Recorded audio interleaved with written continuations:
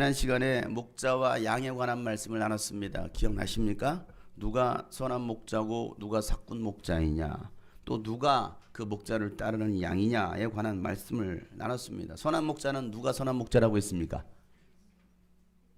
벌써 잊어버렸어요? 누가 선한 목자예요?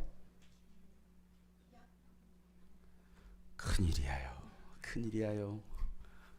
일주일밖에 안 되는데 말씀을 그렇게 기억할 수 없으니 누가 선한 목자입니까? 자기 양들을 위해서 목숨을 버리는 사람이 그 목자가 선한 목자라고 했습니다. 누가 사꾼 목자입니까? 양을 버리고 이리가 나타났을 때, 늑대가 나타났을 때 양들을 버리고 도망가는 놈이 사꾼 목자다라고 얘기했습니다. 누가 선한 목자예요? 양들을 위해서 자기 목숨을 기꺼이 버리는 사람이 선한 목자고, 누가 사꾼이에요? 양들을 버리고 도망가는 사람이, 도망가는 목자가 바로 사꾼 목자다라고 얘기하고 있어요.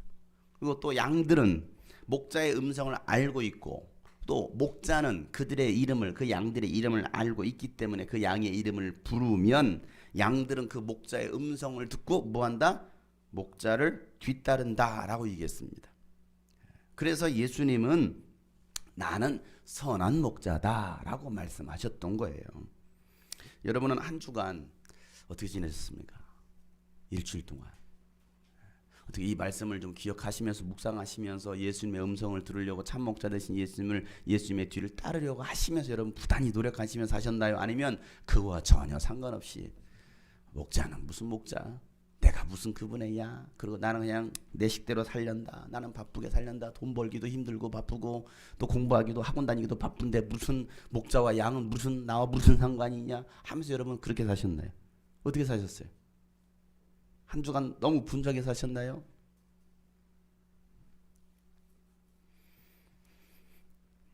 참 목자 되신 예수님의 음성을 듣고 뒤따라가는 사람들이 바로 그분의 양인데, 여러분들은 예수님의 음성을 들으려고 여러분 얼마나 노력하셨습니까?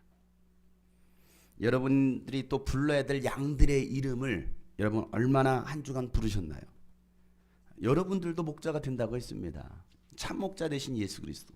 또 하나님은 우리를 선한 목자로 불러주셨어요. 그러니 내가 불러야 될 양들이 있다 이거죠. 그 양들의 이름을 여러분 얼마나 부르셨나요? 지난주부터 교회에서 다시 양육 프로그램이 또 진행되고 있습니다. 여러 프로그램들이 있습니다. 우리 새가족들 이제 우리 교회 등록하시고 정착하시는 분들, 또 양육을 처음 시작하시는 분들은 반드시 생명의 삶이라는 과정을 들으셔야 됩니다. 왜? 그래야 여러분들 신앙의 기본을 다질 수가 있고 성경이 무엇인지, 성경에서 무엇을 말하고 있는지, 또 우리 주님이 꿈꾸신 교회가 가고자 하는 방향이 어떤 방향인지, 또 장영석 목사님이 과연 어떤 식의 스타일의 목회를 하시는지 아시려면 여러분 생명의 삶의 과정에 들어오셔야 돼요. 그렇지 않고 생명의 삶의 과정에 들어오지 않으면 이 교회가 어떻게 가는지 사실은 몰라요. 또 하나가 될 수 없습니다. 주님이 꿈꾸신 교회 하나가 될 수 없어요. 그냥 구경꾼, 방청객은 될 수 있어요. 여러분들이 한 몸을 이루시려면 반드시 이 생명의 삶의 과정에 들어오셔야 돼요. 다 들으셔야 됩니다. 생명의 삶은 물론 거의 양육 프로그램을 제가 다 하고 있지만은 생명의 삶만큼은 제가 신경을 쓰고 또 하고 있어요. 여러 양육 프로그램이 있죠. 생명의 삶, 예수님 자리, 믿음의 삶, 또 그 다음이 변화의 삶, 그리고 하나님을 경험하는 삶, 또 교회에서 함께 하나님을 경험하는 삶, 이런 양육 프로그램들이 많이 진행되고 있습니다. 그 중에 하나님을 경험하는 삶이라는 게 있어요. 하나님을 경험하는 삶. 따라서 해봅시다. 시작. 네, 이 하나님을 경험하는 삶이라는 이 양육은 12주 동안 진행되는데 매일 하루에 한 과씩, 한 단원에 총 5과가 있습니다. 한 과씩 매일 하나님과 대화하고 성령님과 친밀한 관계를 갖게 하는 것이 하나님을 경험하는 삶이에요. 실제적으로 우리가 어떻게 매일의 삶 속에서 하나님을 깊이 경험할 것이냐. 왜? 경험하지 않고 그냥 살아가는 사람이 너무나 많거든요. 아까 얘기했던 것처럼 하나님과 나는 무관해. 목자와 양 그건 내 얘기가 아니야. 그러고 그냥 주일날 오늘 이 자리에 참여하는 거예요. 와서 앉아서 예배를 드리는 거예요. 아니 한 주간 하나님과 경험한 깊이 교제하고 경험한 게 없는데, 하나님의 음성을 들은 게 없는데, 그리고 이 자리에 와가지고 예배 참석한단 말이에요. 한 주간의 삶 속에서 예배자의 삶이 없는데 오늘 이 자리에 와서 예배한들, 물론 예배한들 하면 좀 그렇네요.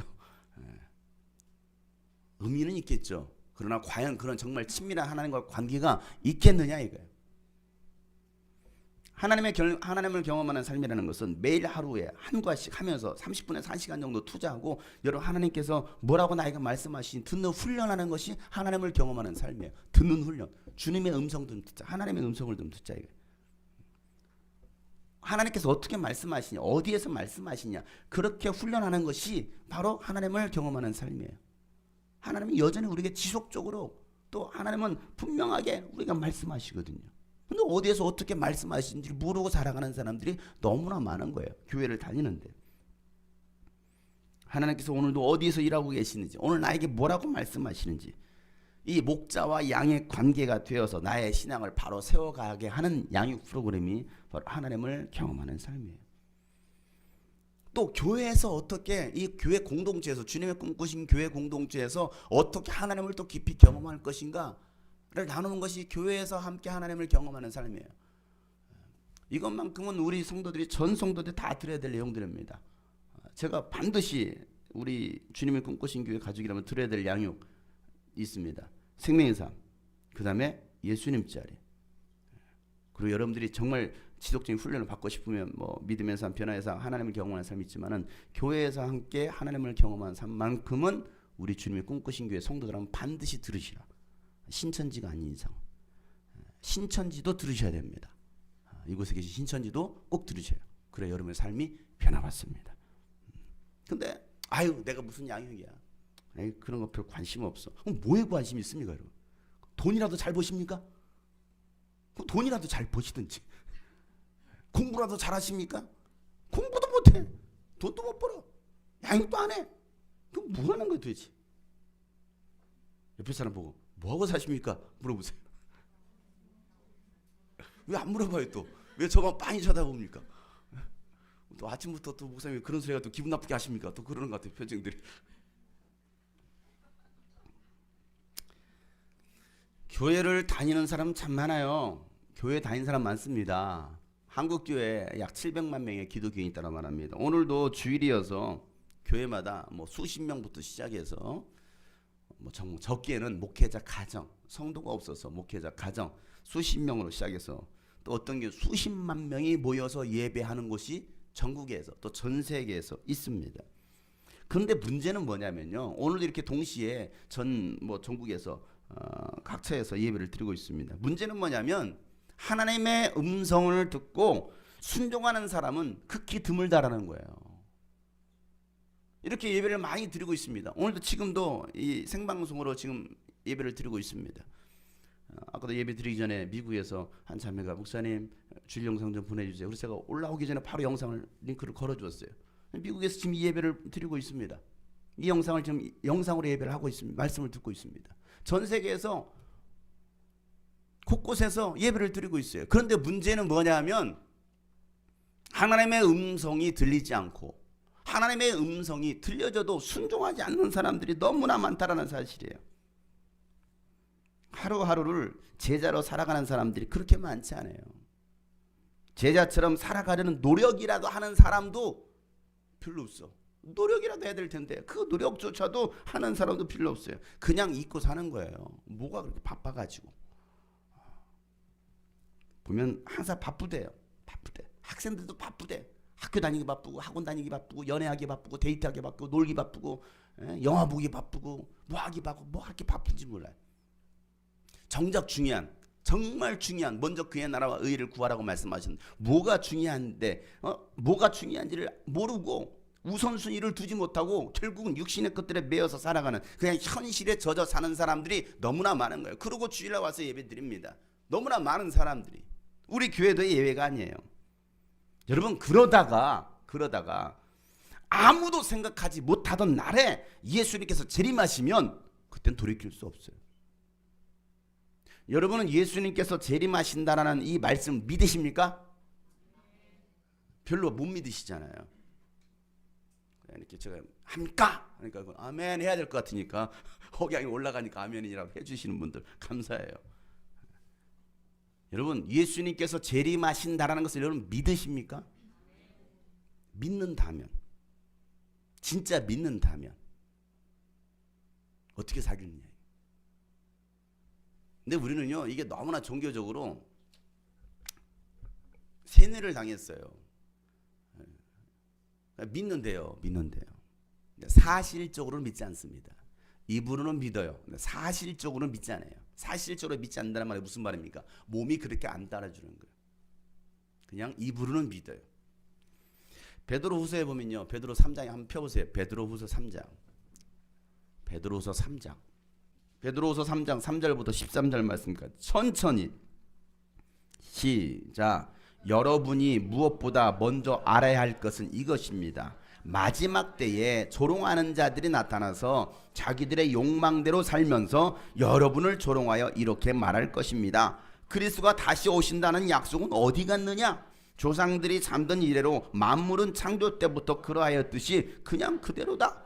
그들이 이렇게 말하는 것은 하나님의 말씀으로 하늘이 오랜 옛날부터 있었고 땅이 물에서 나와 물로 말미암아 형성되었다는 것과 또 물로 그때 세계가 홍수에 잠겨 망하여 버렸다라는 사실을 그들이 일부러 무시하기 때문이다. 그러나 지금 하늘과 땅도 불사르기 위하여 그 동일한 말씀으로 보존되고 있으며 경건하지 못한 자들이 심판을 받아 멸망을 당할 날까지 유지됩니다. 사랑하는 여러분, 이 한 가지만은 잊지 마십시오. 주님께는 하루가 천년 같고 천년이 하루 같습니다. 어떤 이들이 생각하는 것과 같이 주님께서는 약속을 더디 지키시는 것이 아닙니다. 도리어 여러분을 위하여 오래 참으시는 것입니다. 하나님께서는 아무도 멸망하지 않고 모두 회개하는 데 이르기를 바라십니다. 그러나 주님의 날은 도둑같이 올 것입니다. 그날에 하늘은 요란한 소리를 내면서 사라지고 원소들은 불에 녹아버리고 땅과 그 안에 있는 모든 일은 드러날 것입니다. 이렇게 모든 것이 녹아버릴 터인데 여러분은 어떠한 사람이 되어야 하겠습니까? 여러분은 거룩한 행실과 경건한 삶 속에서 하나님의 날이 오기를 기다리고 그날을 앞당기도록 하여야 하지 않겠습니까? 그날에 하늘은 불타서 없어지고 원소들은 타서 녹아버릴 것입니다. 그러나 우리는 주님의 약속을 따라 정의가 깃들여 있는 새하늘과 새 땅을 기다리고 있습니다. 아멘. 사람들은 우리를 향해서 비웃습니다. 무슨 예수님의 재림이야? 무슨 세상 종말이야? 예전에 있던 하늘 지금 그대로 있고 예전에 있었던 그 땅 그대로 있다. 노아의 홍수 사건 일부러 무시하려고 합니다. 성경의 이야기를 일부러 무시하려고 합니다. 누가요? 멸망할 자들이, 안 믿는 사람들은. 그런데 분명히 말씀하시는 거예요. 이 말씀은 반드시 이루어진다. 예수님의 재림은 반드시 이루어진다. 그런데 그날은 마치 도둑같이 임할 것인데, 도둑같이. 여러분, 도둑이 예고하고 오는 도둑 있는 거 봤습니까? 저하고 좀 눈을 좀 마주치세요. 아직까지도 눈을 못 마주치는 사람들이 있어요.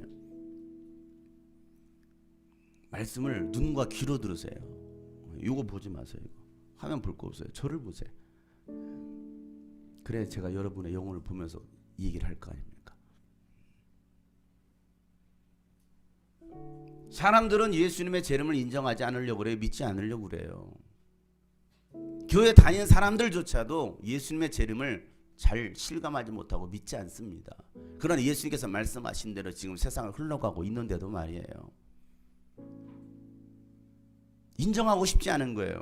왜요? 세상이 좋거든요. 세상이 즐겁거든요. 내 하고 싶은 대로 하고 싶은데. 그러잖아요. 내 하고 싶은 대로 살고 싶어. 그런데 성경이 말씀하면 뭐라고 말하면 너희는 경건의 삶 속에서 어떻게 살아야겠느냐. 거룩한 행실과 거룩한 삶 속에서 하나님 날이 오기를 기다리고 그날을 앞당기도록 해야 하지 않겠느냐라고 말하고 있는, 그날을 앞당기는 거. 뭐가 앞당기는 겁니까? 영혼 구원하는 거예요. 전도하는 거예요.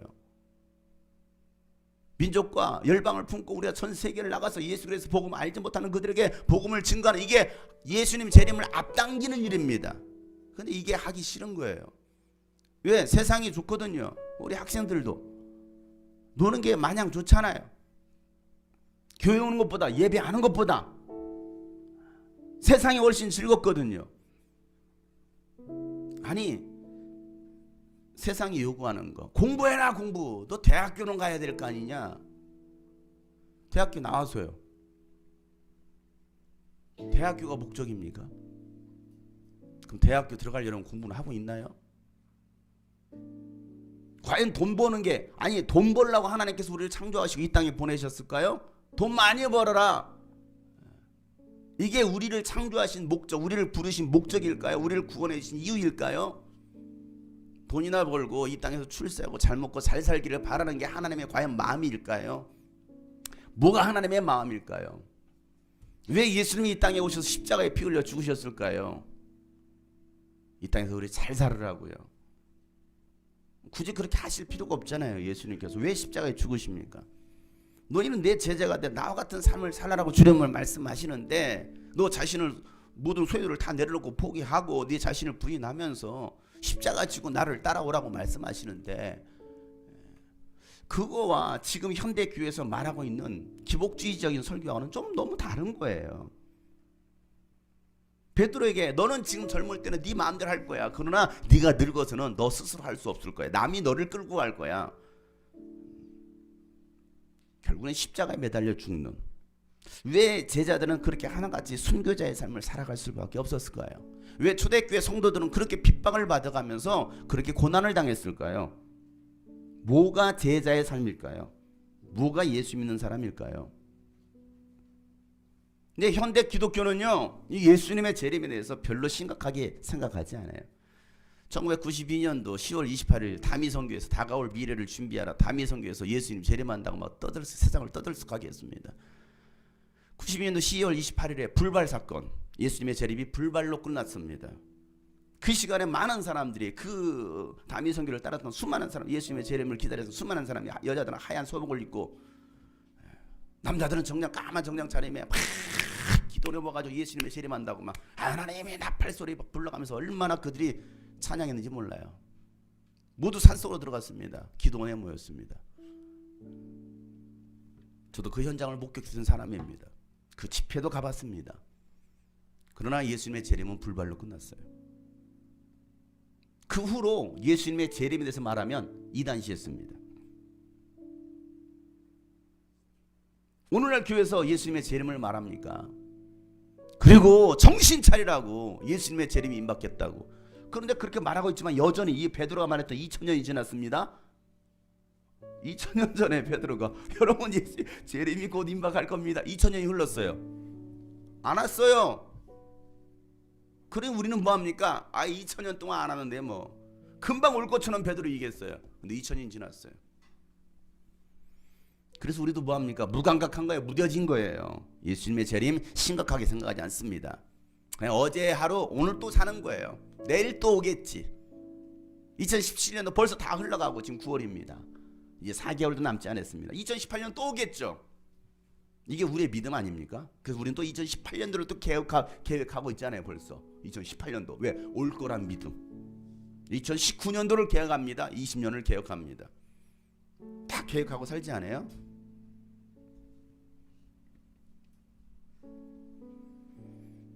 근데 그 계획을 이루기 전에, 아니 예수님 재림이 오기 전에 먼저 우리가 죽을 수도 있어요. 우리가 먼저 주님의 심판대 앞에 설 수도 있습니다. 어떻게 사는 것이 과연 어떤 사람이 되는 게 옳겠느냐라고 말씀하시면서 경건한 삶을 살아라. 경건한 삶 속에서 하나님이 오시기를, 예수님께 다시 오시기를 소망하고 또 그 길을 앞당길 수 있는 사람이 돼야 되지 않겠느냐라고 말을 하고 있습니다. 왜? 이 땅에 것은 다 없어져 버릴 것들이거든요. 없어져요. 우리는 새 하늘과 새 땅을 기다리는 사람들. 그런데 아무리 이렇게 얘기를 해도 오늘도 마찬가지일 거예요. 마치 소규의 경일기. 아무리 소규에다가 경일기, 성경을 읽어주나요? 불법을 아무리 읽어줘도 못 알아듣는 거예요. 못 알아들어. 여러분, 주님의 재림은 도둑같이 말 겁니다. 예고하지 않아요. 갑자기 오는 거예요. 갑자기. 그날에 슬피 울며 이를 갈 사람들이 아주 많이 있을 것입니다. 그러나 어떤 사람들은 마라나타 아멘 주 예수여 어서 오시옵소서 하고 기뻐하고 찬양하는 사람도 있을 것입니다. 슬피 울며 이를 갈 사람이 될 것이냐, 아니면 아멘 주 예수여 어서 오시오 내가 기다렸습니다 할 사람이 될 것이냐. 이 모든 것은 누구에게 달려 있을까요? 나에게 달려 있습니다. 저에게 달려 있다고요? 목사님에게 달려 있다고? 아니요, 여러분 각자에게 달렸어요. 결과는 여러분이 만드는 거예요. 학생들이 공부도 안 하고 있다가 지금에 와서 수시 쓴다고, 수시 원서 넣는다고 원서비로 수십만 원씩 날립니다. 원서비로. 우리 학생 하나가 수시 쓰는 원서 뭐 저기 사이트 들어가가지고 이렇게 원서 쓰고 컴퓨터 안 끄고 그냥 갔어. 그 열려 있더라고. 제가 봤어요. 몇 군데 쓴 걸 봤어요. 가격을 봤어요. 원서비가 얼마인가. 와, 비싸대. 이 원서비 다 누구 돈이냐? 엄카로 쓴대요. 엄마 카드면 땡이래. 자기가 노력하고 수고한 거 아무것도 없어. 지들이 핸드폰비 내나? 아니에요. 전부 다 엄마 아빠가 다. 수십만 원, 심지어는 100만 원이 넘어가요. 원서비로만. 그중에 과연 붙을 때가 얼마나 있을까요? 수십만 원씩 수백만 원씩 날립니다. 그냥 날리는 돈이야. 날리는 돈. 아깝지 않아요? 시험이 준비된 사람은요 두렵지 않습니다. 그러나 준비되지 않은 사람은요 그 시험이 두려운 거예요. 면접이 준비된 사람은요 면접관 앞에 딱 서도요 두렵지 않아요. 왜? 준비됐거든요. 뭘 말해도 뭘 질문해도 난 답변할 수 있는 자신감이 있어. 준비된 사람. 그러나 준비되지 않은 사람은요 이 모든 것들이 다 두렵습니다. 주님의 재림을 준비하고 사는 사람들, 주님 오실 길을 예비하고 살아가는 사람들은요 예수님께서 재림하신다고 하실 때 두렵지 않아요. 왜? 그들이 제자고 그들이 바로 그리스도인들이거든요. 교회 다니는 사람들이 아니라. 그들에게는 그날이 기쁨의 날이 될 겁니다. 그러나 준비하지 못한 사람들은 그날이 재앙의 날이 될 거예요. 재앙의 날이. 여러분 이 말이 농담으로 여겨주십니까? 이곳에 계신 여러분 이 말이 농담으로 여겨지십니까? 농담으로 여겼던 롯의 사위들, 하나님이 이 소돔과 고모라를 불과 이왕으로 심판하실 것입니다. 천사가 와서 피하라고 말했을 때 롯은 그 말을 그냥 귀담아 듣지 않아요. 롯조차도. 그래서 천사가 끌어냅니다. 사위들 가가지고 하나님이 이 땅을 심판하신대 했더니 사위들은 하는 말이 농담으로 여겨요. 농담으로. 예수님의 재림이 임합니다. 임박했습니다. 여러분 예수 믿지 않으면 구원받지 못하면 지옥 갑니다. 농담으로 여겨요. 정신 차려서 신앙생활 하셔야 됩니다. 귀뚱으로 안 들어요. 귀뚱으로. 농담으로 여기는 거예요. 매번 하는 이야기, 매 주일마다 와서 듣는 이야기. 그렇지 않나요? 우리 주님이 꿈꾸신 게 와서 매 주일마다 듣는 이야기, 매 주일마다 심각한 얘기를 듣고 가시죠 여러분들. 그러다 보니까 별로 심각성을 못 느끼는 거예요. 세월호 이거 위험합니다. 뭐 조차서부터 시작해서 부선장도 계속 얘기했습니다. 위험합니다. 그런데 그 위험하다는 말을 무시했어요. 결국은 뭐합니까? 침몰하는 거예요.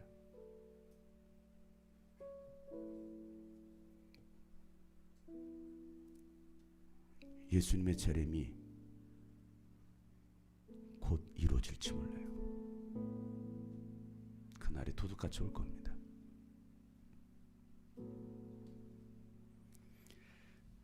예수님이 자신을 선한 목자라고 말씀하시고 이 바리새인들과 율법학자들을 향하여서 싹군 목자라고 말씀하십니다. 그 일로 인해서 뭐합니까? 유대 사람들 사이에서 분열이 일어나는 거예요. 나는 선한 목자야, 저놈들은 삭군이야, 삭군. 여러분 듣는 바리새인들 기분 나쁘지 않겠어요? 기분 안 나쁘겠어요? 여러분이 바리새인이라고 한다면 기분 나쁘죠. 이 삭군들아, 그렇게 말을 하는데. 또 한편에서는 예수님의 말을 듣고 옳게 여겼던 사람들도 있습니다. 그러다 보니까 분열이 일어나는 거예요. 또 논쟁이 일어나는 겁니다. 예수님께서 성전에서 거닐고 계실 때 유대인들이 예수님을 둘러싸고서 질문합니다. 무슨 질문합니까? 당신은 언제까지 우리를 마음 졸이게 할 겁니까? 우리 마음을 졸이게 할 것입니까? 당신이 그리스도이면 분명히 그렇다라고 분명하게 말해주시오. 이렇게 말합니다. 이게 질문이었어요. 자, 근데 우리가 주의 깊게 볼 거, 이 질문, 언제까지 우리의 마음을 졸이게 하시겠습니까? 당신이 그리스도거든 분명하게 말해주시오. 이 질문을 했던 날이 어느 날일까요? 첫째, 1번 기분 좋은 날. 자, 어느 날이었을까요? 무슨 날입니까? 네? 좀 크게 좀 얘기해봐요. 무슨 날? 저는 성경에 있는 얘기만 하고 있습니다. 뭐 다들 얘기하기 싫어요? 그냥 목사님 설교는 하세요. 그냥 들으랍니다. 그거예요. 성경을 보세요. 무슨 날이에요? 기분 좋은 날. 무슨 날이에요? 성전 봉헌절. 성전 봉헌절이다 라고 말하고 있습니다. 개역 성경에서는 수전절이라고 표현하고 있습니다. 수전절, 성전 봉헌절. 자, 22절 다 같이 읽어보겠습니다. 시작. 예루살렘은 성전 봉헌절이 되었는데 때는 겨울이었다. 성전을 봉헌한 날을 기념하는 절기, 축제 기간이었습니다. 이 성전 봉헌절은요, 이 요한복음에만 기록된 절기예요. 요한복음에만. 다른 사복음서는 기록되어 있지 않습니다. 봉헌절은요, 이 구약시대 때 구약시대 때 하나님께서 유대인들에게 절기, 몇 가지의 절기, 중요한 절기를 지키라고 말씀하셨습니다. 그런데 그 몇 가지 명령하신 절기 중에 이 봉헌절이 있을까요, 없을까요? 있다. 2번 없다. 3번 묻지 마라. 있다 없다? 있다 없다? 묻지 마라. 낸들 알겠느냐? 하나님께서 명령하신 절기에는 이 봉헌절은 없습니다. 절기에는, 유대인 절기는 봉헌절이 없어요. 그런데 예수님 시대에 이 성전 봉헌절이 있었어요. 그럼 이 절기가 도대체 무슨 절기냐는 거예요. 근데 요한은 이 봉헌절에 있었던 이 사건을 기록하고 있어요. 그러면 이 봉헌절이 굉장히 중요한 의미가 있다라는 것이겠죠. 그러니까 요한은 어떤 의도를 가지고서 이 절기를 기록하고 있어요. 요한복음만큼은. 자, 이 수전절, 성전 봉헌절이라고 하는 이 히브리어는요, 하누카라고 말합니다. 하누카. 따라서 해볼까요? 하누카. 예, 하누카. 이 하누카라는 말은 무슨 말이냐면 봉헌한다. 하나님 이 성전을 하나님께 올려드린다라는 말이 바로 하누카예요. 이스라엘이 바벨론에, 지금 우리가 예레미야서 말씀을 매일 성경 나누고 있습니다. 이 예레미야서는요, 이 유다가 북이스라엘은 먼저 멸망당했죠. 그리고 이제 남유다를 향하여서 하나님께서 이 땅을 내가 심판하고 이 땅은 멸망당할 것이다라는 예언을 선포하게 하시는 것이 바로 이 예레미야 선지자의 이야기입니다. 그러니까 빨리 회개하고 돌아오라는 거거든요. 그런데도 안 들어요. 이스라엘 백성들은 회개하라고 해도, 정신 차리라고 해도 안 들어요. 안 들어. 지금 그렇게 살 때가 아니라고 말해도 안 들어요. 회개하지 않습니다. 결국은 이스라엘은요, 바벨론에 의해서 완전히 나라가 멸망당합니다. 그리고 바벨론의 포로가 됩니다. 자, 바벨론에 의해서 지배를 당합니다. 바벨론 제국이 끝난 다음에 페르시아 제국에 의해서 또 지배를 당합니다. 페르시아 제국이 또 끝나니까 헬라 시대에 접어듭니다. 그래서 헬라에 의해서 지배를 받습니다.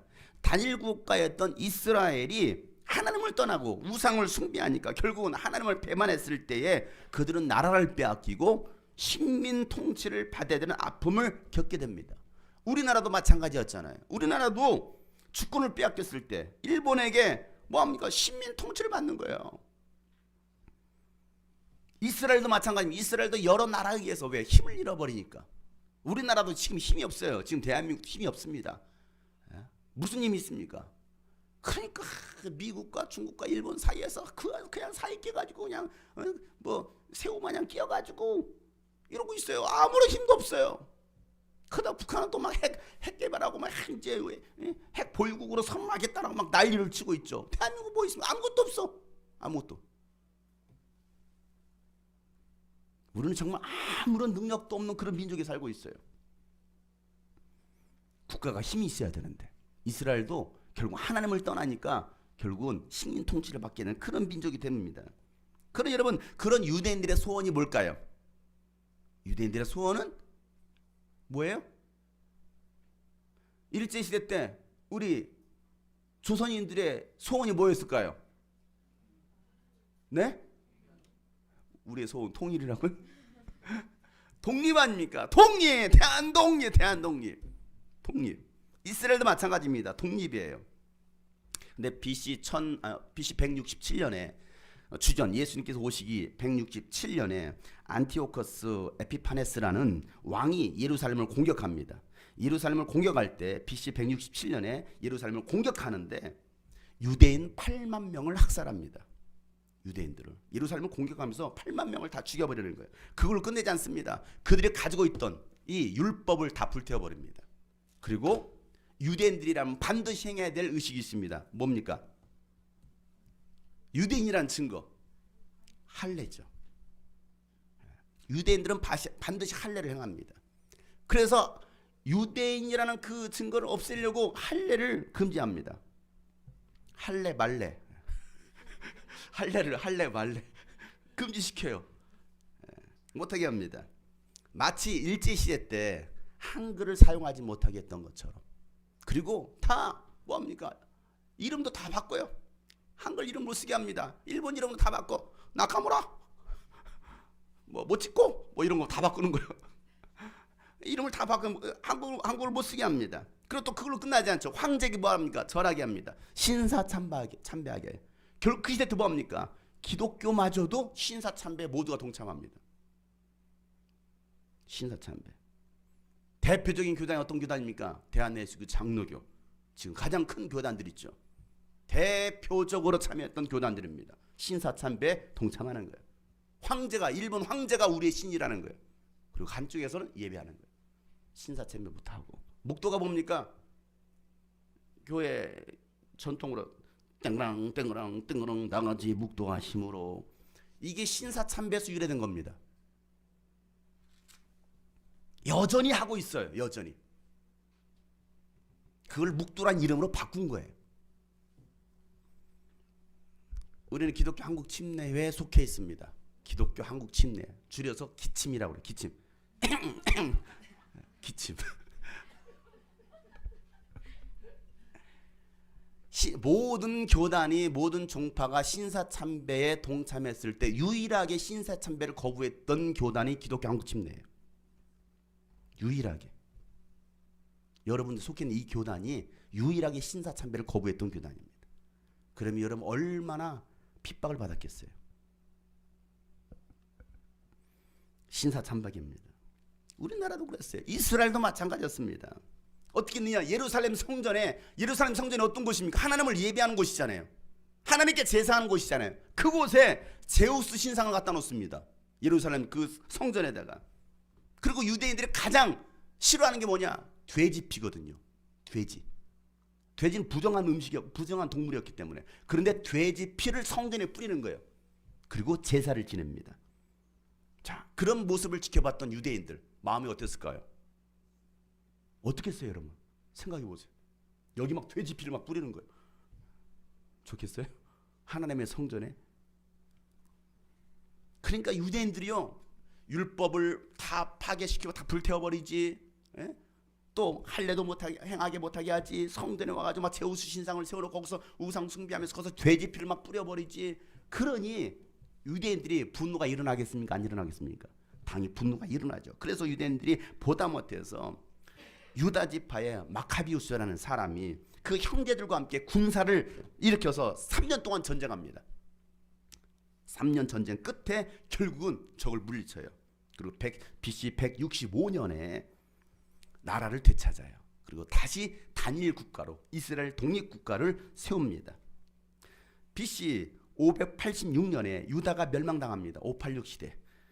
BC 586년에 유다가 완전히 멸망당하고 421년 만에, 멸망당한 뒤 421년 만에 이룬 독립국가입니다.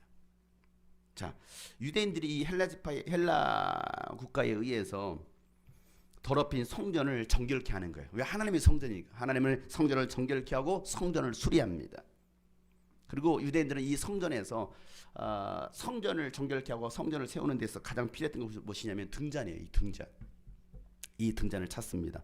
버려진 등잔을 찾고 불을 밝히려고 하는데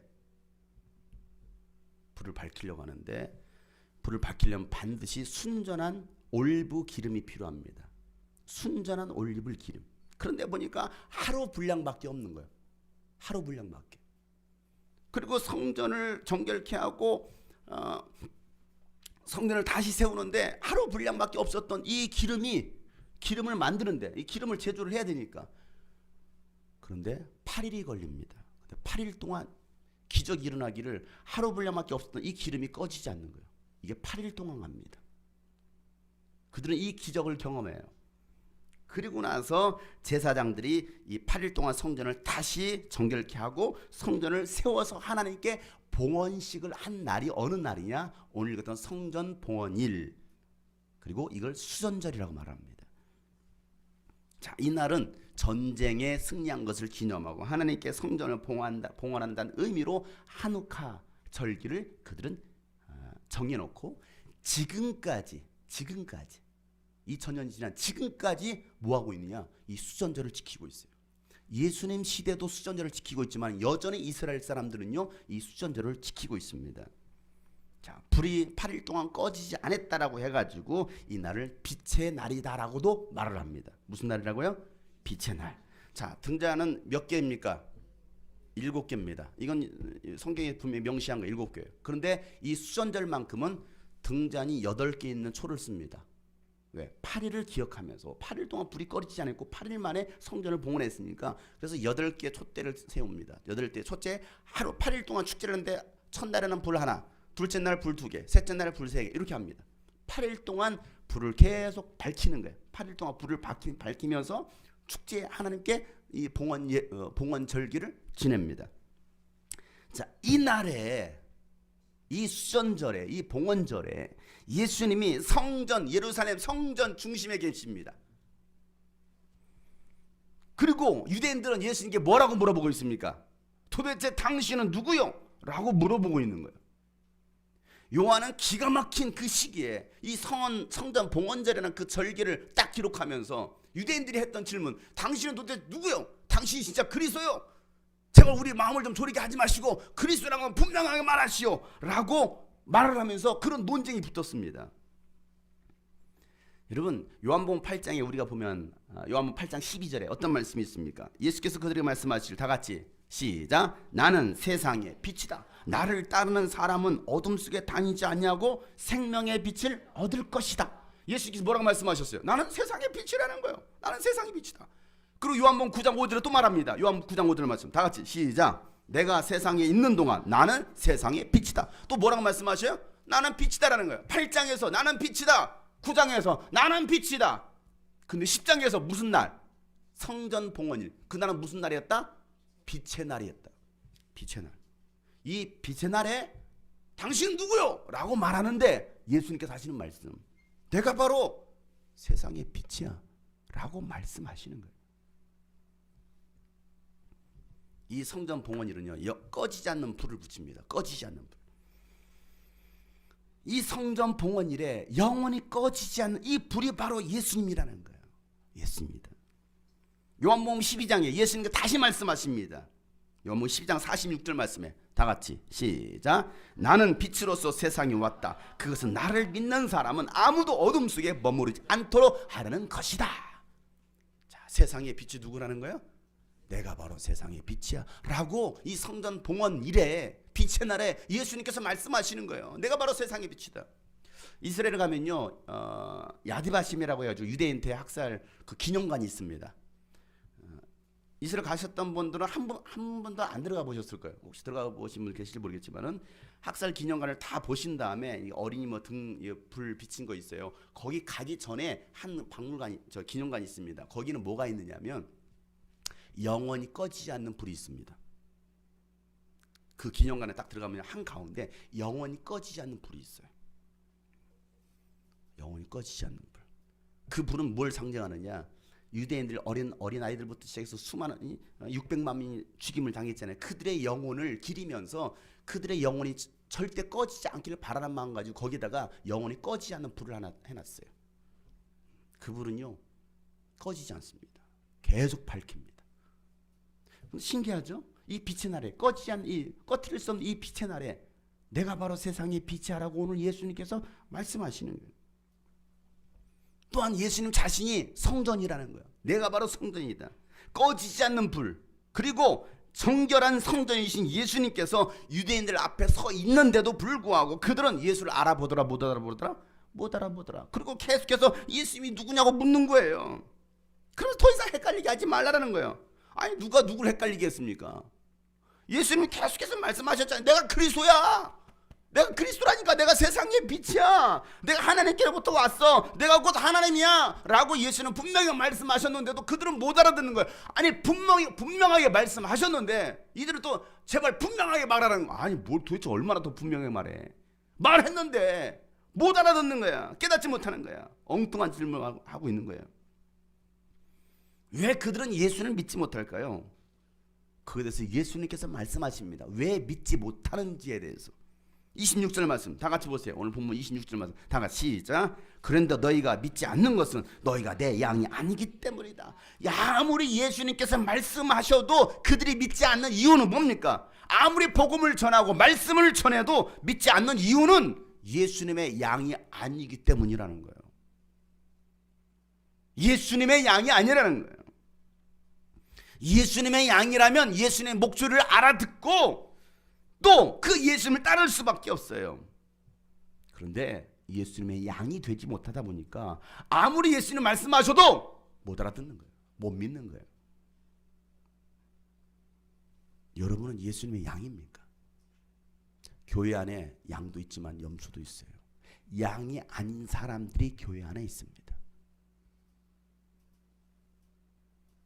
그럼 또 예배 끝나고 물어보겠죠. 나는 양이에요, 염소예요? 물어보겠죠. 또 스스로 또 실망하고 나는 염소인가 봐. 에이, 그리고 나 교회도 안 다닐래. 그런 사람도 꼭 간혹가다 있더라고요. 한 2,000명씩 있더라고요. 왜 내가 주의 음성을 들을 수 없을까? 왜 나는 예수를 믿지 못할까? 예수님은 내 양들에게 내 음성을 듣고 따라가고 순종하는 그들에게 영생을 준다라고 말씀하십니다. 영생은 누가 얻을 수 있어요? 예수님의 음성을 듣고 그대로 순종하는 사람들에게 영생이 주어집니다. 교회를 수년간 다니고 직분을 받고 교회에서 일을 많이 하는 사람들에게 영생이 주어지는 것이 아니에요. 영생은요 예수님이 양이 되어서 예수님 말씀대로 살아가는 사람들에게 주어지는 하나님의 선물입니다. 영생은 예수를 믿는 사람들에게 주어지는 거예요. 그래서 오늘 28절에 뭐라고 말하고 있습니까? 나는 그들에게 영생을 준다. 그들은 영원토록 멸망하지 아니할 것이요 또 아무도 그들을 내 손에서 빼앗아가지 못할 것이다 라고 말씀하고 있습니다. 여러분 예수님의 양이 되어서 말씀에 순종하며 따라가는 양들을 빼앗아갈 자가 아무도 없다라는 거예요. 예수님은 자신의 양들을 보호하고 인도하십니다. 이 사실을 여러분 믿으세요. 여러분들이 예수님의 양이 되었다고 한다면 여러분을 해야 할 자 아무도 없어요. 아무도 없어. 왜? 내 양인데. 그러냐 하나님께서 우리를 지키시죠. 하나님께서 우리를 돌보시는 거예요. 하나님은 너를 지키시는 자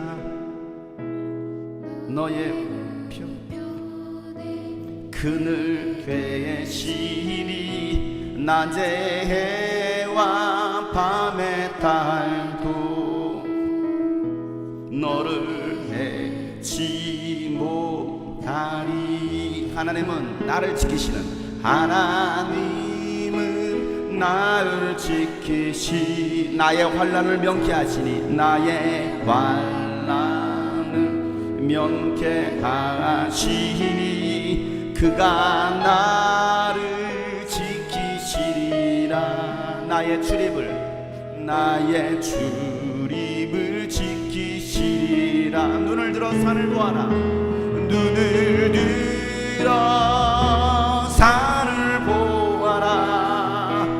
나의 도움 어디서 오나. 천지 지으신 나를 만드신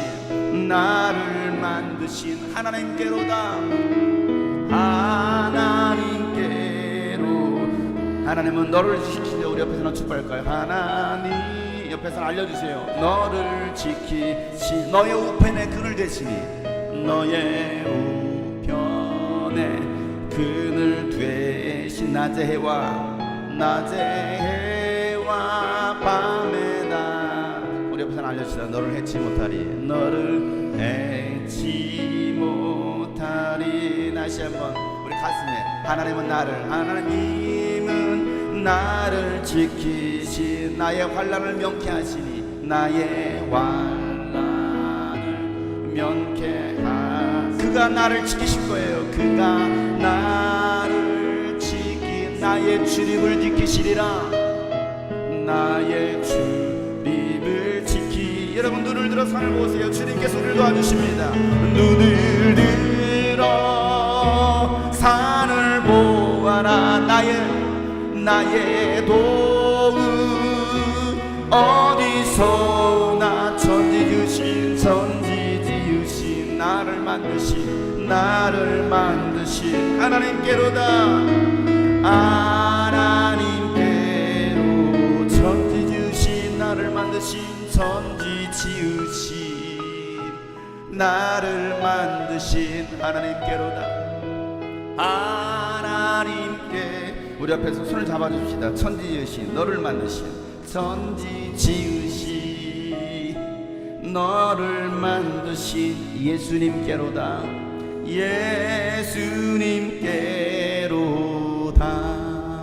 아멘. 여러분, 목자와 양의 관계가 되어 있을 때에 예수님께서 우리를 안전하게 보호하신다는 사실을 우리가 믿어야 되거든요.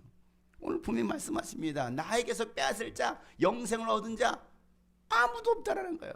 빼앗을 자가. 예수님께서 나와 아버지는 하나다 라고 말씀하시니까 유대인들은 다시 돌을 들어가지고 예수님을 치려고 합니다. 왜 돌을 들어서 예수님을 치려고 했습니까? 이유가 뭐였어요? 나와 하나님은, 아버지는 하나다 하니까 이 말은 무슨 말이에요? 자신을 하나님으로 말하고 있어요. 이건 신성모독죄예요. 신성모독죄. 33절 다 같이 시작. 유대 사람들이 대답하였다. 우리가 당신을 돌로 치려고 하는 것은 선한 일을 하였기 때문이 아니라 하나님을 모독하였기 때문이요. 당신은 사람이면서 자기를 하나님이라고 하였소. 그래요. 유대인들은 예수님을 요셉의 아들로만 생각했습니다. 사람이 하나님은 될 수 없다라는 거예요. 그리고 유대인들에게 있어서 야훼 하나님은요, 그들이 불렀던 그 야훼 하나님은요, 하나님의 이름을 부르기에도 두려운 존재였습니다. 너무나 두려운 존재예요. 그런 하나님과 동일시하고 있는 그 예수님을 볼 때 하나님의 이름을 망령되이 일컫는 사람입니다. 지금도 유대인들은요 야훼 하나님을 부르지 못해요. 무서워서. 야훼 하나님을 부르지 못해요. 심지어는요, 지난번에 다윗 무덤에 갔는데 그 유대인이 저한테 전도지 하나를, 자기네 그 기도 모임에 홍보지를 주더라고요. 뒷면은 히브리어가 쓰고 앞면은 영어가 써 있었어요. 근데 영어에 뭐라고 쓰는지 아십니까? 이런 단어가 썼습니다. 하나님이 영어로 뭐예요? 네?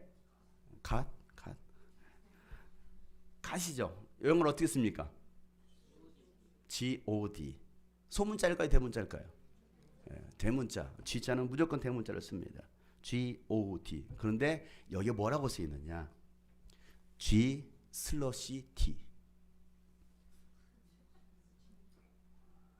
무슨 말인지 아셔요? God를 쓸 수가 없어요. 어떻게 하나님을 함부로 이름을 쓸 수 있느냐. 그래서 그들은 여전히 지금도 하나님이 두렵기 때문에 G하고 슬러시하고 D를 씁니다. 하나님, 이게 가시예요. 이게 유대인들입니다. 그런데 그런 하나님을 예수님이 뭐라 말하고 있어요? 나와 하나님 하나다. 미친놈 아니야? 감히 우리가 부르기도 두려운 그런 하나님을 뭐 자기 아버지고 자기가 하나님이라고? 이건 신성모독죄. 그래서 예수님을 죽이려고 하는 거예요. 여러분, 유대인들을 잘 아셔야 돼요. 그래서 지금도 그들은 그렇게 믿고 있습니다. 근데 우리는 하나님을 너무 가볍게 여기죠. 그들은 너무 하나님 무섭게 여기고 우리는 하나님 너무나 가볍게 여겨. 천지 차이야. 그들도 믿음이 없지만 우리는 더 믿음도 없어요. 왜? 두려워하는 믿음조차도 없으니까. 자, 그렇게 생각하고 유대인들에게 예수님께서 뭐라고 말씀하십니까? 34절 35절 다 같이 큰 소리로 시작. 예수께서 그들에게 말씀하셨다. 너희 율법에 내가 너희를 신들이라고 하였다 하는 말이 기록되어 있지 않느냐? 하나님의 말씀을 받은 사람들을 하나님께서 신이라고 하셨다. 또 성경은 피하지 못한다. 야, 하나님께서 말씀하신 기록하신 이 성경은 피할 수가 없어 라고 말씀하시면 예수님께서 하셨던 말씀, 야, 하나님 믿는 하나님의 말씀을 받은 너희들은 뭐다? 신이다라고 말하고 있지 않느냐? 이 말씀이 어떤 말씀이냐? 시편 말씀이에요. 시편 82편에 있는 말씀입니다. 찾아보세요. 시편 82편 6절. 시에서 찾으세요. 찾기 쉽죠? 시시하죠. 시 82편 6절. 예수님은 이 시편 말씀을 근거를 두고서 그들에게 말하고 있는 겁니다. 다 같이 시작. 하나님께서 말씀하셨다. 너희는 모두 신들이고 가장 높으신 분의 아들들이지만. 자, 뭐라고 부르고 있어요? 유대인들을 향하여 너희들은 다 신들이야. 너희들은 다 하나님의 아들들이야 라고 말하고 있습니다. 아니, 성경에 능통하다라고 여겼던 그 유대인들에게 예수님은 시편 말씀을 들어서 말씀하고 있어요. 유대인들의 시편은 굉장히 중요한 말씀이거든요. 너희는 모두 신들이야. 하나님의 말씀을 받은 사람들은 모두 신들이야 라고 말하고 있습니다. 그렇습니다. 우리가 하나님의 말씀을 받고 듣고 순종하는 자녀가 되었다면 우리도 신이라고 성경은 말하고 있어요. 우리가 누구라고요? 신이라는 거예요. 우리 옆에서 알려줘. 당신은 신이시군요. 신이라는 거예요. 신적 권위가 있다는 것입니다. 그래서 요한은요, 요한복음 1장 이런 말씀합니다. 요한복음 1장 12절 말씀에 그를 맞아들인 사람, 예수를 영접한 사람은 곧 그 이름을 믿는 사람들에게 하나님의 자녀가 되는 권세, 특권을 줬다는 거예요. 하나님의 자녀가 되는, 이게 뭡니까? 신이라는 거예요. 따라서 합시다. 나는 하나님의 자녀다. 우리 옆에서는 당신은 하나님의 자녀입니다. 하나님의 자녀가 되는 특권을 줬다는 거니까, 권세를 줬다니까요. 바울은요, 로마서에서요, 우리의 신분이 어떠한지를 갖다가 로마서 8장 17절에 이렇게 설명합니다. 자녀이면 상속자이기도 합니다. 우리가 그리스도와 함께 영광을 받으려고 그와 함께 고난을 받으면 우리는 하나님이 정하신 상속자의 그리스도와 더불어 공동 상속자라고 말하고 있습니다. 우리가 누구라는 거예요? 상속자. 예수님과 동일하게 받는 상속자라는 거예요. 예수를 믿음으로 자녀가 되었으면 우리는 모두가 상속자입니다. 하늘에 속한 사람, 하나님 나라에 들어갈 수 있는 시민권을 가진 자들. 그래서 빌립보서 3장 20절 말씀은 그러나 우리의 시민권은 이 땅에 있는 것이 아니고 하늘에 있다라 말하고 있습니다. 우리의 시민권이 어디 있다고요? 하늘나라. 대한민국 여권입니다. 우리는 대한민국 시민이에요. 미국 시민은 아닙니다. 그러나 미국 여권을 가지고 있는 사람은 뭡니까? 미국 시민이라 이거예요. 우리는 더 귀한 시민권이 있어. 어떤 시민권? 하늘나라 시민권. 하늘나라 시민권을 가졌단 말은 무슨 말입니까? 우리가 누구라는 거예요? 신이라는 거예요. 길거리 돌아다니면 내가 신이다 하고 돌아다니보세요. 미쳤구나 드디어 이렇게 말할 겁니다. 똑같은 얘기인 거예요. 똑같은 얘기. 여러분이 신이라는 거예요. 신적 권위가 여러분에게 있고, 그러니 우리가 하나님을 믿는 신의 자녀처럼, 하나님의 자녀처럼 살아가야 된다는 걸 성경은 얘기하고 있는 거예요. 유대인들은 예수님이 누구인지도 몰라요. 또 하나님의 아들로 인정하고 싶지도 않았습니다. 왜? 인정하는 순간 자신들의 이득권을 다 내려놔야 되거든요. 그동안 누렸던 이 종교적인 영화를 다 버려야 되는데, 그렇게 하기에는 너무 그렇게 모든 걸 다 내려놓기는 너무 아쉬운 거야. 그러니까 그 이득권을 내려놓을 수 없습니다. 더군다나 이 종교인들, 바리새인들이나 서기관, 율법학자들, 그들의 부패와 타락한 모습들을 예수님께 뭐라면 노골적으로 책망하십니다. 그러니 예수님이 기분 나쁘죠. 노골적으로 얘기하는데 막 독사의 자식이라 막 예수님 막 책망하시고 사꾼이라고 말하는데 누가 기분 안 나쁘겠습니까? 더군다나 거기에 예수를 믿고 따르는 추종자들이 막 늘어나는 거예요. 수많은 사람이 예수님을 따르는 겁니다. 그러니까 위기감도 느끼지 않겠습니까? 이 종교인들이 위기감? 이러다가 또 로마로부터 우리가 더 큰 고통을 당하는 거 아니야? 왜? 그 당시 종교들은 로마와 딱 손잡고 있었거든요. 제사장들, 바리새인들 전부 다 로마와 손잡고 있었거든요. 그러니 그들은 위기감이 찾아올 수밖에 없어요. 그래서 결국 뭐합니까? 잘됐다 옳거니 신성모독죄로 저놈을 죽여버리자 라고 말씀하는 거예요. 그런데 예수님은요, 전혀 두려워하지 않습니다. 예수님은 하나님의 말씀을 받은 사람들은 다 신이라고 말씀하시면서 하나님께서 거룩하게 하시고 또 세상에 보낸 사람을 하나님의 아들이라고 한 것 때문에 신성으로 신성 모독죄로 몰아가려고는 그들에게 뭐라고 말씀하십니까? 야, 내가 아버지의 일을 하지 않거든 나를 믿지 마라. 내가 아버지 일을 하지 않는다면 나를 믿지 말라는 거예요. 자, 36절 37절 다 같이 시작. 그런데 아버지께서 거룩하게 하여 세상에 보내신 사람이 자기를 하나님의 아들이라고 한 말을 가지고 너희는 그가 하나님을 모독한다고 하느냐? 내가 내 아버지 일을 하지 않거든 나를 믿지 말아라. 여러분, 아버지 일을 하지 않거든 나를 믿지 말라는 거예요. 근데 예수님은 뭐 하고 있다는 거? 아버지 일을 하고 있다는 것이죠. 그럼 아버지의 일이 뭡니까? 아버지의 일. 뭐가 아버지의 일일까요? 하나님 아버지의 일이 뭐예요? 하나님 아버지의 뜻은 뭐예요? 다 성경에 있는 이야기들이에요. 기본적으로 교회 다니면서 예수 믿는 사람은 이걸 알아야 되지 않겠어요? 내가 하나님 아버지의 일을 하게 해주세요. 뭐가 아버지의 일입니까? 내가 아버지의 뜻대로 살게 해주세요. 뭐가 아버지의 뜻입니까? 뜻도 모르고 일도 모르는데 맨날 아버지 뜻대로 살겠대. 아버지 일하겠대. 그러니까 맨날 사고 치는 거야. 왜? 아버지 일이 뭔지를 모르는데. 하나님 아버지 일은 무엇입니까? 안식일에도 병든 자를 뭐하는 거? 병에서 고통받는 사람들을, 병에서 자유를 주는 것입니다. 소망 없는 사람들의 소망을 주는 것입니다. 갇힌 자, 눌린 자, 눈먼 자들에게 자유를 주시는 것, 그게 바로 아버지 일이라는 것입니다. 그 일들을 통해서 아들 예수님을 믿게 하는 것이 아버지께서 하시는 일이라는 거예요.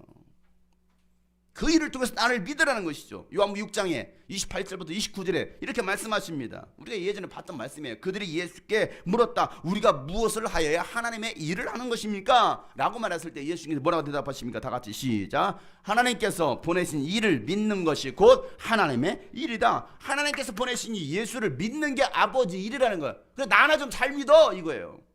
나 좀 믿어봐. 이게 아버지 일이라니까. 제대로 못 믿으니까 아버지 일을 하지 못하는 거예요. 1차적으로 나를 믿으라는 거야. 내가 누구냐? 내가 바로 세상의 빛이라는 거. 어느 때? 이 성전 봉헌절에. 내가 바로 세상의 빛이야. 내가 바로 영원히 꺼지지 않는 빛이라고 말하고 있습니다. 여러분, 예수님은 하나님이십니다. 하나님이시기에 물로 포도주도 만드시고 오병이어의 기적도 행하시는 것이고 무리를 걷게도 하시고 때로는 죽은 자도 살리시는 거예요. 보이지 않던 영으로 계셨던 하나님께서 육신을 입고 보이는 하나님을 오셨습니다. 보이지 않으니까 사람들이 하나님 믿으려고 하지 않아요. 그래서 내가 보여주는 거예요. 내가 왔다라고 말씀하시는 거예요. 선지자들을 통해서 하나님의 말씀을 태어나게 하시고 기적도 행하게 했지만 사람들은요 하나님 믿지 않습니다. 오히려 하나님이 아닌 다른 우상들을 만들어냅니다. 그리고 그 우상들의 자신들을 구원할 하나님이라고 믿는 거예요. 이게 얼마나 안타깝습니까? 하나님께서 보실 때 내가 너희들을 만들어 놓은데 왜 나를 섬기지 못하고 다른 우상들을 만드냐는 거예요. 나를 낳아주고 길러주신 엄마 아빠가 여기 계시는데 자기 엄마 아빠가 아니라는 거예요. 그리고 자기 엄마 아빠를 사회 나가겠다는 거예요. 그래서 자꾸 가출하려고 그래. 현두야, 엄마가 아니야. 아빠가 아니래. 나 가출할래. 나 엄마 아빠 찾아갈래. 여러분, 그럼 진짜 엄마 아빠는 얼마나 속상하겠습니까? 그렇잖아요. 인간을 창조하신 하나님을 인간은 배신하고 하나님의 법을 떠납니다. 하나님 없이 살아보려고 노력합니다. 그렇게 해서 얻어진 것들이 무엇이었습니까? 수고와 인생의 고통의 문제들 뿐이었어요. 참 안식과 평안은 오직 예수님께만 있는데 그 예수님을 믿으면 우리에게 영생이 있는데 여러분 이 한 가지 사실을 꼭 기억하시기를 바랍니다. 영생은 오직 유일하신 참 하나님과 그의 보내신 예수 그리스도를 아는 것이 영생이다라고 요한복음 17장 3절에 말하고 있습니다. 이 수전절에 성전 봉헌절에 빛으로 오신 예수님, 영원히 꺼지지 않는 생명의 빛, 사람들의 세상의 빛, 전쟁의 승리는 예수님께 있다라는 거. 오늘 예수님께서 이걸 말씀하시는 거예요. 성전, 예루살렘 성전, 바로 이 솔로몬 궁 안에서 예수님은 오늘도 우리의 성전을 정결케 하시기를 원하십니다. 저와 여러분의 몸이 성전이잖아요. 여러분의 몸을 하나님의 성전을 정결케 하시기를 원하신다는 거예요. 그래 우리가 예수님께로 나아가야 돼요. 세상의 더러운 우상과 돼지 피로 우리 성전을 더럽히지 말고 여러분의 성전을 더럽히지 말고 걸어가신 예수님께로 나아가시길 바랍니다. 예수님께서 우리 성전을 정결케 하시고 회복케 하실 것입니다. 이게 하나님의 거룩하게 드려졌던 성전 봉헌일에 오늘 예수님께서 우리에게 말씀하시는 내용들이에요. 고린도전서 3장 16절 17절 말씀만 읽겠습니다. 다 같이 시작. 여러분은 하나님의 성전이며 하나님의 성령이 여러분 안에 거하신다는 것을 알지 못합니까? 누구든지 하나님의 성전을 파괴하면 하나님께서도 그 사람을 멸하실 것입니다. 하나님의 성전은 거룩합니다. 여러분은 하나님의 성전입니다. 뭐라고 말하고 있습니까? 우리가 바로 성전이라네. 그러니 너희들은 그 성전을, 하나님이 거하시는, 하나님의 이름이 거하시는 그 성전을 더럽히지 말라라는 것입니다. 더럽히는 순간 너희들은 멸망을 피할 수 없을 거라는 거예요. 그들은 이 성전이 회복되었다고, 불이 꺼지지 않았다고 그들은 즐거워서 이 수전절을 만들었습니다. 그 절기를 지금도 즐기고 있습니다. 이게 겨울입니다. 빠르면 11월, 늦으면 12월. 이런 얘기도 있습니다. 이때 예수님께서 하셨던 그 수전절이 12월 25일이라는 말씀도 있습니다. 이 빛의 날에 12월 25일이 태양절이죠. 북한 태양절이 아니고요. 태양의 날입니다. 이 빛의 날에 예수님께서 성전 한복판에 서셔서 당신은 도대체 누구야? 우리 헷갈리게 하지 마시오. 아니 나 헷갈리게 하지 않았다니까. 내가 몇 번이고 말했잖아. 분명히 말했잖아. 그런데 너희가 나를 믿지 않는 거야. 오늘도 분명히 말씀하시는 거야. 야 내가 분명히 말하고 있잖아. 지금이 바로 정신을 차릴 때야. 주님의 재림을 준비할 때야. 깨어있을 때야. 너희들의 성전을 회복하고 정결케 할 때야. 그런데도 너희들이 나를 믿지 않아. 안타까운 거야. 오늘 이 말씀 여러분 왜 우리에게 이 말씀을 하시는지 우리가 한번 다시 한번 마음에 새기고, 여러분의 성전을 더럽힌 자들이 아니라 하나님의 성전은 거룩하니 너희도 거룩하라고 말씀하셨던 것처럼 오늘도 우리가 나 자신을, 내 영혼을 거룩하게 하는 복된 날 되시기를 축복합니다. 오늘도 빛 대신 예수님께서 우리에게 찾아오십니다. 그래서 주님께서 말씀하시는 거예요. 야 내가 세상의 빛이야. 빛 가운데 거야지. 더 이상 어둠 가운데 거하지 마. 내가 너희들을 밝힐 거야. 내가 너희들을 새롭게 할 거야. 내가 너희들을 회복케 할 거야 라고 주님께서 말씀하십니다. 하나님 이 성전이 다시 정말 정결케 되게 도와주십시오. 회복되게 도와주시옵소서. 내 영혼의 성전이 회복되기 원합니다. 내 영혼의 성전이 정결케 되기 원합니다. 주님 내 안에 오시옵소서. 예수님을 내가 다시 영접합니다. 내가 예수를 믿습니다. 내가 예수님의 음성을 듣고 따르겠습니다. 순종하겠습니다 라고 오늘 말씀을 기억하면서 내가 신의 자녀로, 하나님의 자녀로 다시 한번 살기로 결단하면서 주님 앞에 간절하게 부르짖어 기도합니다. 하나님 아버지요, 오늘도 주님의 말씀을 기억하며 하나님 빛 대신 예수님께서 이 땅에 오셨으나 우리가 그 예수님만 아버지 못하고 믿지 못함을 다시 한번 회개하고 고백합니다. 나 주를 경배하리 엎드려 절하며 고백해 주 나의 하나님. 오 사랑스러운 주님, 존귀한 예수님, 아름답고 우리 나가지 고백합시다. 나 주를 경배하려, 나 주를 경배하리 엎드려 절하며 고백해 주 나의 하나님. 오 사랑스러운 주님, 존귀한 예수님, 아름답고 놀라. 다시 한번 나 주를 경배합니다. 나 주를 경배하리 엎드려 절하며 고백해 주 나의 하나님. 오 사랑스러운 여러분은 신령히 다시 거룩해지고 성결해지도록 그런 기도하는 마음으로 찬양하세요. 주님 내 영혼 가운데 빛 대신 예수의 임하여 주시옵소서. 나 주를 경배하리, 나 주를 경배하리 엎드려 절하 고백해 주 나의 하나. 오 사랑스러운 주님, 존귀한 예수님, 아름답고 놀. 다시 한번 진실하게 나 주를 경배하리 엎드려 절하며 고백해 주 나의 하나님. 오 사랑스러운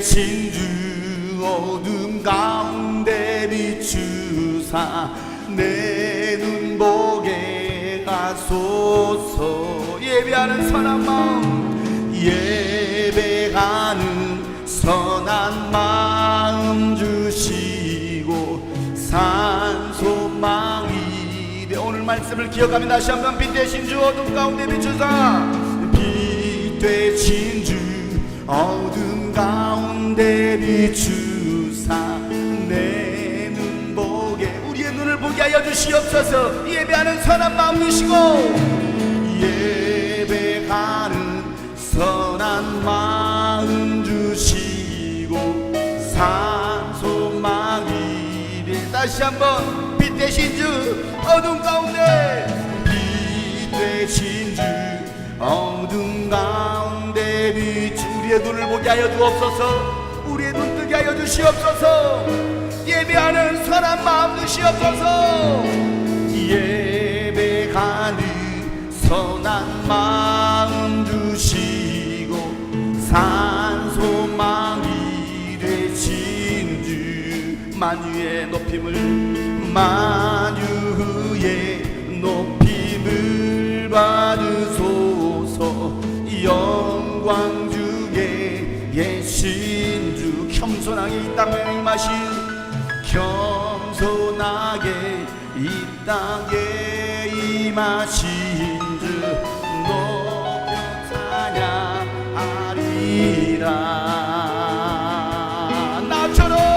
찬양하리라. 나주를 경배하리 엎드려 절하며 고백해 주 나의 하나님.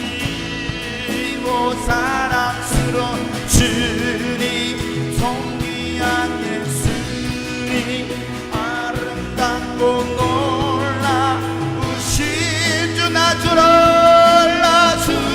경배하리 엎드려 절하며 고백해 주 나의 하나님. 오 사랑스러운 주님 존귀한 예수님 우리 간절하게 마지막으로 고백합시다. 나 주를 경배합니다. 나 주를 경배하리 엎드려 절하며 고백해 주 나의 하나님. 오 사랑스러운 주님 존귀한 예수. 그렇습니다. 존귀한 예수님께로 나갑니다. 주의 말씀에 순종하겠습니다. 우리 마지막으로 1분간 마치라면 간절하게 부르짖어 기도합니다. 하나님 아버지여 우리 심령 가운데 좌정하여 주시옵소서. 우리와 함께하여 주시옵소서. 주님께 나갑니다.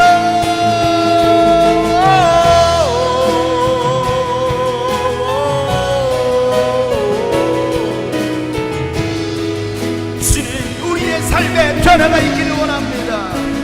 우리의 삶에 변화가 있기를 원합니다.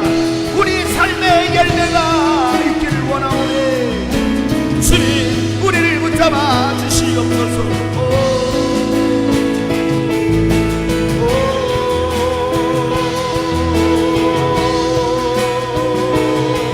예배자의 삶을 살기를 원하오니 주를 경배하리 엎드려 절하며 고백해 주 나의 하나님. 오 사랑스러운 주님 존귀한 예수님 아름답고 놀라우신 주 눈을 들어 산을 보아라.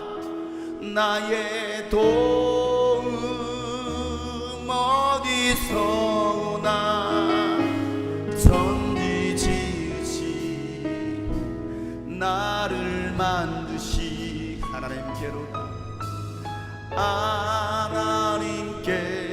하나님께로다. 눈을 들어 산을 보아라. 눈을 들어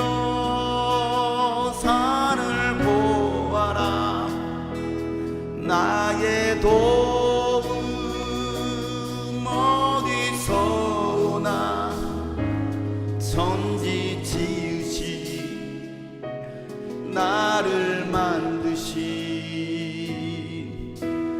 하나님께, 그렇습니다, 천지 지으신 우리를 만드신 하나님, 우리 옆에 사람 손잡고 천지 지으신 너를 만드신 예수님께로다, 예수님께로다.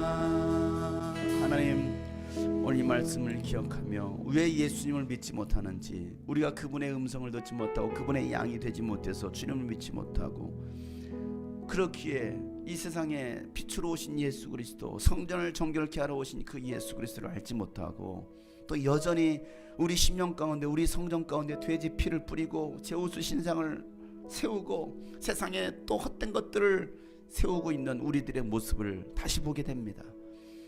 예수님의 재림이 임박했으면 우리가 또 알지 못하고 또 그러려니 하고 또 살아가는 우리들의 모습을 하나님 돌이켜봅니다. 하나님, 이제라도 다시 우리가 정신을 차리고 우리 주님이 꿈꾸신 게 성도들이라도, 이 말씀을 듣는, 영상을 통해서 말씀을 듣는 이들이라도 하나님 정신을 차려 주님 오실 길을 앞당길 수 있는 주의 자녀들 되게 하여 주시옵소서. 하나님, 악한 영들은 우리를 어떻게든 믿음에서 떠나게 하고 경건한 삶을 살지 못하게 하고 신앙생활을 방해하고 있습니다. 하나님, 우리가 믿음을 굳건히 세우게 도와주시옵소서. 성전을 정결케 하여 주시옵소서. 더 이상 더럽히지 않게 하여 주시옵소서. 그래서 주님 오실 길을 예비하고 살아갈 수 있는 주의 자녀들 되게 하여 주시옵소서. 하나님, 오늘 이 말씀을 듣고도 우리의 마음이 무뎌져서 깨닫지 못하는 그런 어리석은들 되지 않게 하시고, 하나님, 우리의 마음이 하나님 유순해지게 도와주시고 우리 심령이 녹아지게 하여 주시옵소서. 오늘 주님의 은혜에 감사해서 귀한 예물을 드립니다. 하나님, 이 예물을 받으시고 이 예물을 통해서 하나님의 나라가 세워지게 하시고 민족과 열방 가운데 예수 그리스도의 복음을 증거하는 일에 이 물질이 귀하게 쓰여지게 하여 주시옵소서. 이제는 우리 구주 예수 그리스도의 은혜와 하나님 아버지 놀랍고도 지극하신 사랑과 성령님의 감화 감동 교통 충만하심이 오늘 말씀처럼 다시 한번 예수님이 누구인지를 분명히 알고 예수님을 내 심령의 주인으로 생명의 빛으로 모셔드린 모든 하나님의 사람들 머리 위에 이제로부터 영원토록 함께 하시기를 간절히 축복하며 기도하옵나이다. 아멘.